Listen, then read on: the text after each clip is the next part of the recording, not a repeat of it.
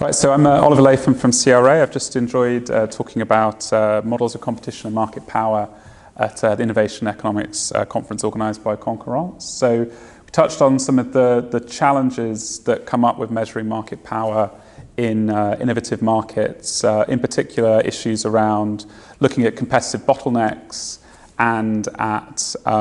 measuring market power in fast-moving industries, and particularly industries that could be subject to tipping. So on the former, discussed a bit about some of the challenges with competitive bottlenecks. When can we really be sure that this idea that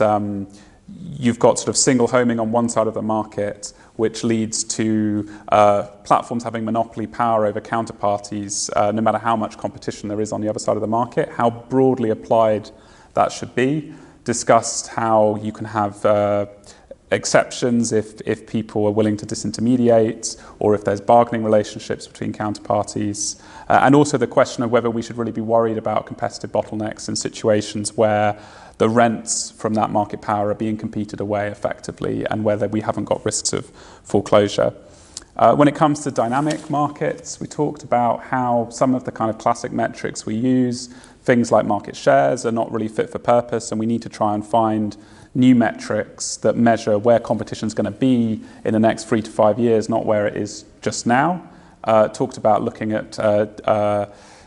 innovation markets and also at sort of unpacking a bit the concerns that we often have around data effects and network effects, whether we can think a bit more technically, a bit more deeply about when have we got markets where these network effects are really strong and deep and interlinked, and when they're more just sort of a more peripheral aspect of competition, drawing distinctions between, say, a market like ride sharing, where network effects are pretty local, subject to diminishing returns, and markets where we might have deeper and more global network effects. So I really enjoyed the discussion and looking forward to the next one.